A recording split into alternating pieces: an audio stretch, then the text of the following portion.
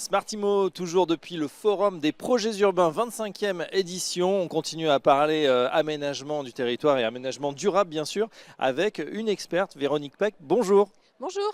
Véronique Pack, vous êtes directrice d'Ecopolis. Avec vous, justement, on va parler de ces grands projets sur le terrain. Vous avez cité à des conférences ce matin sur les établissements de santé notamment. Mais tout d'abord, une petite question sur Ecopolis, une plateforme francilienne d'aménagement, de construction durable. Quelles sont vos actualités? Où en êtes-vous aujourd'hui? Alors nous, on a pour mission d'accompagner tous les professionnels du bâtiment et de l'aménagement pour les aider à adopter des pratiques plus durables. Donc on fait plein de choses, on organise beaucoup d'événements, etc. On accompagne des projets, on fait de la formation. Je retiendrai peut-être deux, trois choses qui sortent, qui sont dans notre actualité. D'abord, on a une formation fondamentaux de l'aménagement durable Oui. qu'on peut proposer aux collectivités notamment qui souhaitent faire monter leurs agents en compétences. Donc c'est quelque chose qu'on a lancé cette année. Je me souviens aussi, il y a quelques semaines, on a fait une journée sur l'urbanisme inclusif où notamment on a parlé de l'urbanisme féministe et on avait ce matin notre responsable du sujet qui était sur vos plateaux pour en parler.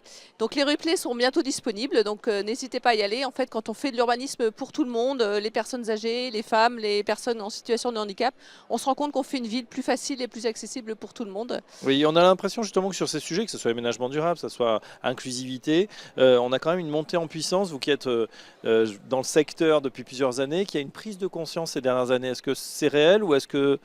Voilà, comment vous le ressentez? Oui, on voit bien que la prise de conscience se fait. Moi, je travaille depuis une bonne quinzaine d'années maintenant dans le secteur du bâtiment et de l'aménagement durable.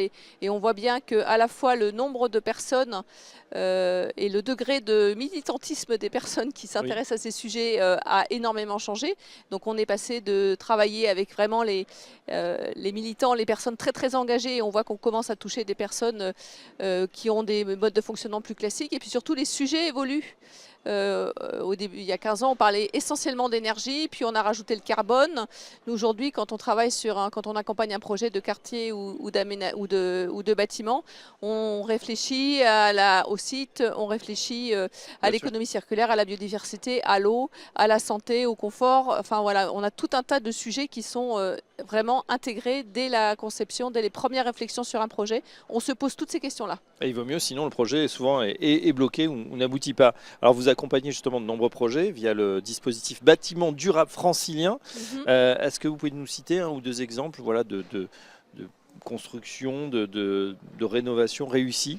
Oui, on en a plein. On a 230 projets bâtiments au quartier accompagnés aujourd'hui. Et quand on regarde ce qu'ont font nos collègues dans les autres régions, on a passé les 1000 projets.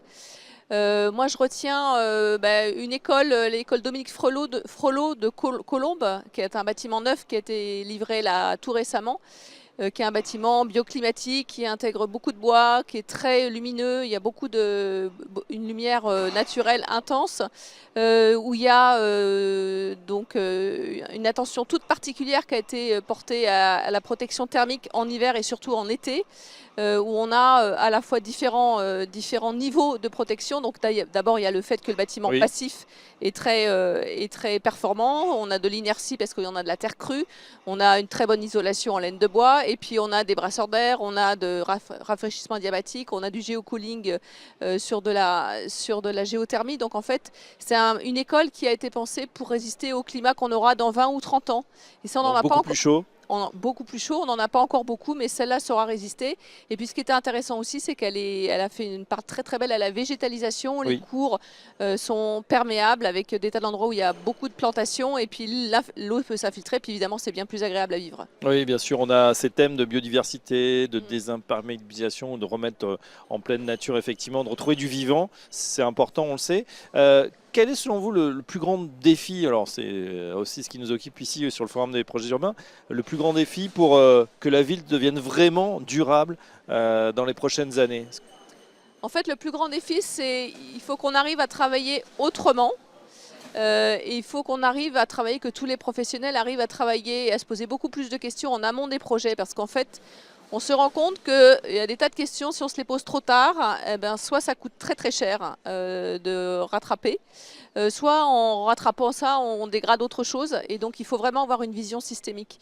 Et cette vision systémique, on ne l'a qu'en travaillant et en se posant plein de questions en amont et en en menant beaucoup d'études en amont des projets, dès la phase de programmation, dès la phase de conception. Et c'est comme ça qu'on arrive à sortir des vrais projets qui sont extrêmement performants, avec des bâtiments ou des quartiers qui sont très agréables à vivre, et sans que ça génère pour autant des surcoûts monstrueux. Voilà. Et donc ça, c'est tout ce qu'on essaye de faire, notamment avec la démarche BDF, mais d'une façon générale avec nos opérations de sensibilisation. Ouais, vous qui travaillez souvent avec bien sûr les communes d'activité, les aménageurs, les promoteurs, longtemps, les gens ont travaillé en silo, c'est vrai que ça se parlait pas beaucoup. Est-ce que vous voyez une évolution à ce niveau-là? Oui, on voit une évolution. Enfin, on avait 200 personnes à notre conférence sur l'urbanisme inclusif il y a un mois, on en avait 300 à notre conférence sur l'urbanisme circulaire il y a 2 mois. Donc on voit bien que quand on organise des choses, il y a du monde qui vient. On a une trentaine de visites par an, elles sont toutes pleines, donc des visites d'opérations exemplaires. Donc on voit bien que ça mobilise, et puis on voit aussi le monde qui vient dans nos commissions publiques BDF et QDF. On a entre 50 et 100 personnes à chaque fois. Donc ce sont des professionnels qui viennent trouver de l'inspiration auprès de ces projets-là pour leurs futurs projets à eux. Donc je retiens 2 choses, effectivement, la pédagogie, bien sûr, Oui. il faut être pédagogue, mais également, on peut le dire, une véritable prise de conscience, notamment, je pense, avec ce qui se passe autour de nous, réchauffement climatique, bien évidemment. Merci en tout cas, Véronique Pape. Merci Je rappelle à vous. que vous êtes la directrice d'Ecopolis, et à très bientôt sur Smart Imo. Merci.